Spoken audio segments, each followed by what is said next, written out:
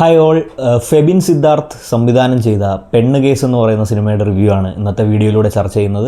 നമ്മുടെ 2026 ആദ്യത്തെ മലയാള സിനിമ, ഒരുപക്ഷെ റിലീസ് ചെയ്യുന്ന ആദ്യത്തെ മലയാള സിനിമയാണ് പെണ്ണ് കേസ്. ഇതിൽ പ്രധാന കഥാപാത്രങ്ങളിൽ എത്തിയിരിക്കുന്നത് നിഖില വിമൽ, അതേപോലെ രമേശ് പിഷാരടി, അജു വർഗീസ്, ഇർഷാദ്, പിന്നെ ഹക്കീം ഷാ തുടങ്ങിയ ആൾക്കാരാണ്. പൊങ്കലായിട്ട് മറ്റ് റിലീസുകളൊന്നും ഇല്ലാത്തത് കൊണ്ട് അവർ പ്രീപോൺ ചെയ്ത് റിലീസ് ചെയ്തതാണ്. അപ്പോൾ ഈ സിനിമയെ പറ്റി എനിക്ക് പറയാനുള്ളത്, ഇത് ഒരു ഭയങ്കര സംഭവമൊന്നുമായിട്ട് തോന്നിയില്ല. ഒരു ചെറിയ സിനിമ, ഒരു എന്താ പറയുക, യാതൊരുവിധ പുതുമയും ഇതിൽ ഉള്ളതായിട്ട് ഫീൽ ചെയ്യുന്നില്ല. ഒരു ലീനിയർ രീതിയിൽ കഥ പറഞ്ഞു പോയിട്ട് ഇൻ്റർവെല്ലിൽ എൻഡ് ചെയ്യുന്ന സമയത്തും പിന്നെ ടുവേർഡ്സ് ക്ലൈമാക്സിലേക്കും ചെറിയ ട്വിസ്റ്റുകളൊക്കെ കൊടുത്ത് ഒരു കോമഡി ഡ്രാമ കാറ്റഗറി പെടുത്താൻ പറ്റുന്ന സിനിമയാണ് പെണ്ണ് കേസ്. അപ്പോൾ ഈ സിനിമയിൽ എന്താ സംഭവം എന്ന് വെച്ച് കഴിഞ്ഞാൽ, നമുക്ക് ഒരു നോർമൽ ഓഡിയൻസിനെ, അതായത് പല സിനിമകളും കണ്ട്, ഇപ്പോൾ ഏത് ലാംഗ്വേജ് ആയിക്കോട്ടെ, ഇംഗ്ലീഷ് ആയിക്കോട്ടെ, അല്ലെങ്കിൽ തമിഴ് ആയിക്കോട്ടെ, തെലുങ്ക് ആയിക്കോട്ടെ, ഇവർ മലയാളത്തിലായാലും ഒരുപാട് ത്രില്ലർ സിനിമകൾ, ഇപ്പോൾ അവസാനം ഇറങ്ങിയ ഈക്കോ അടക്കമുള്ള സിനിമകളൊക്കെ കണ്ടുവന്ന പ്രേക്ഷകൻ എന്ന നിലയ്ക്ക് നമുക്ക് വളരെ പ്രഡിക്റ്റബിൾ ആയിട്ടുള്ള ഒരു സ്റ്റോറി ലൈനാണ് ഈ സിനിമയ്ക്കുള്ളത്. എന്നാൽ അവർ ആ ക്ലൈമാക്സിലേക്ക് വരുമ്പോൾ കുറച്ച് ഈ പറഞ്ഞ കണക്കൊരു സസ്പെൻസ് എലമെൻറ്റ് കൊണ്ടുവരാൻ ശ്രമിക്കുന്നുണ്ട്. പക്ഷേ എന്നിലെ ഒരു പ്രേക്ഷകനെ സംബന്ധിച്ച് എനിക്ക് പ്രഡിക്റ്റബിൾ ആയിരുന്നു. എന്ന് വെച്ചാൽ സിനിമ മോശമാണെന്നല്ല, ഈ സിനിമയ്ക്ക് ഇതിൻ്റേതായ, അതായത് ഇപ്പം സിമ്പിളായിട്ട് പറയുകയാണെങ്കിൽ, നമ്മളെ ഹോട്ട്സ്റ്റാറിലൊക്കെ ഇപ്പം നമ്മുടെ മലയാളം സീരീസുകൾ, വെബ് സീരീസുകൾ റിലീസാവുന്നുണ്ട്, എപ്പിസോഡ് വൈസായിട്ട് റിലീസാവുന്നുണ്ട്. ഇപ്പം നമുക്ക് എടുത്തു പറയുകയാണെങ്കിൽ നാഗേന്ദ്രൻ ഹണിമൂൺ എന്നൊക്കെ പറയുന്നത്, അതുമായിട്ടൊക്കെ എനിക്ക് റിലേറ്റ് ചെയ്യാൻ തോന്നി. കാരണം 1.25 മണിക്കൂറേ ദൈർഘ്യമുള്ളൂ. അപ്പോൾ ഇതിലെന്ന് പറഞ്ഞു കഴിഞ്ഞാൽ ഒരുപാട് പേരുടെ കഥകൾ പറഞ്ഞു പോകുന്നുണ്ട്. ഇപ്പോൾ സിനിമയുടെ പ്ലോട്ടിനെ പറ്റി അല്ലെങ്കിൽ സിനിമയ്ക്കകത്തെ കാര്യങ്ങളെപ്പറ്റി ഞാൻ പറയുന്നില്ല, സ്പോയിലർ ആവണ്ടെന്ന് വെച്ചിട്ട്. എന്തായാലും അങ്ങനെ പറഞ്ഞു പോകുന്നൊരു സിനിമ ആയതുകൊണ്ട് തന്നെ നമുക്കൊരു വെബ് സീരീസ് ആയിട്ട്, ആൻഡ് നിഖില വിമൽ തന്നെയാണ് ഇതിലെ സെൻട്രൽ ക്യാരക്ടർ. പുള്ളിക്കാരി സ്ഥിരം ഇടുന്ന എക്സ്പ്രഷൻസും കാര്യങ്ങളൊക്കെ ഇട്ട് ചെയ്തു വെച്ചേക്കുന്ന ഒരു റോളാണ്. ആസ് യൂഷ്വൽ ചെയ്യുന്ന പോലെ തന്നെ ചെയ്തിട്ടുണ്ട്. കൺവിൻസിങ് ആയിരുന്നു. എസ്പെഷ്യലി പുള്ളിക്കാരുടെ പാസ്റ്റും കാര്യങ്ങളൊക്കെ പറയുന്ന സമയത്തും പിന്നെ അതിന് ശേഷം പിന്നീട് നടക്കുന്ന ആ ഒരു ട്വിസ്റ്റ് ഏരിയയിലൊക്കെ ആ ഒരു ട്രാൻസിഷൻ നന്നായിട്ടുണ്ടായിരുന്നു. സ്ഥിരം അധികം എഫേർട്ടൊന്നും എടുക്കാതെ അഭിനയിച്ചതായിട്ട് ഫീൽ ചെയ്തു. പിന്നീട് ബാക്കി ഹക്കീം ഷാ ആയാലും, ഹക്കീം ഷായുടെ ക്യാരക്ടർ 2 ഷെയ്ഡുണ്ട്. അത് കോമഡി പാർട്ടും ഉണ്ട്, സീരിയസ് പാർട്ടും ഉണ്ട്. അത്യാസാമാന്യം നല്ല രീതിയിൽ കൈകാര്യം ചെയ്തിട്ടുണ്ട്.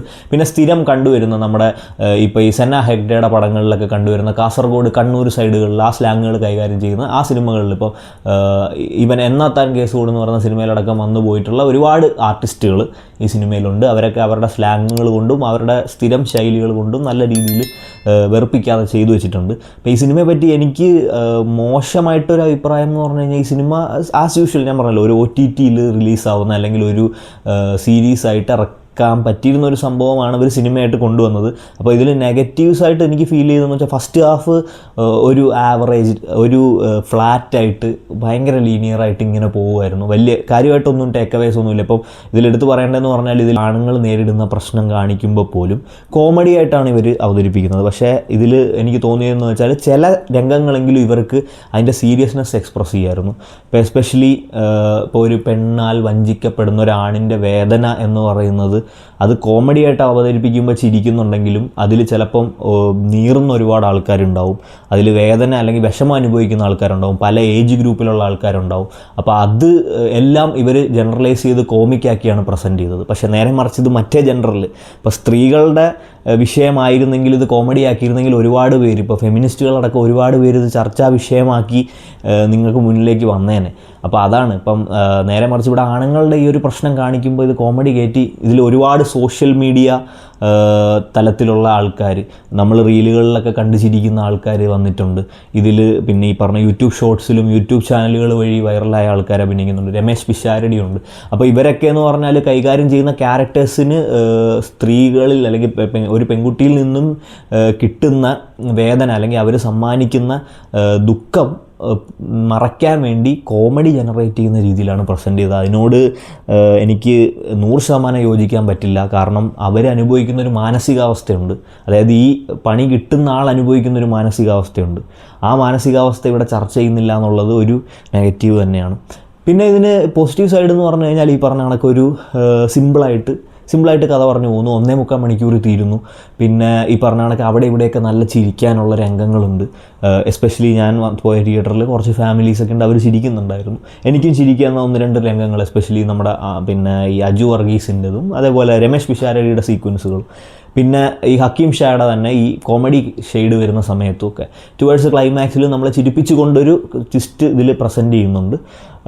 അപ്പോൾ ഒരു നോർമൽ ഓഡിയൻസിനെ സംബന്ധിച്ച് ഒരുപക്ഷെ വേറെ സിനിമകളൊന്നും ഇല്ലാത്തൊരു ഓഡിയൻസിനെ സംബന്ധിച്ച് അത് പ്ലീസിങ് ആയിരിക്കാം. അപ്പോൾ എന്നെ സംബന്ധിച്ച് എനിക്ക് ഭയങ്കര ഹൈ മൊമെൻറ്റ്സോ അല്ലെങ്കിൽ ഭയങ്കര എക്സൈറ്റിംഗ് മൊമെൻറ്റ്സോ ഒന്നും സമ്മാനിക്കാതെ ഒരു ഫ്ലാറ്റ് നറേഷനിൽ ഫ്ലാറ്റായിട്ട് പോയ ഒരു കോമഡി ഡ്രാമ സിനിമയായിരുന്നു പെണ്ണ് കേസ്. ഇനിയും നല്ല മലയാള സിനിമകൾ ഈ വർഷം ഉണ്ടാവും എന്ന വിശ്വാസത്തോടു കൂടി നമ്മൾ നമ്മുടെ ചാനലിൽ റിവ്യൂസ് തുടരുന്നതായിരിക്കും. Thank you.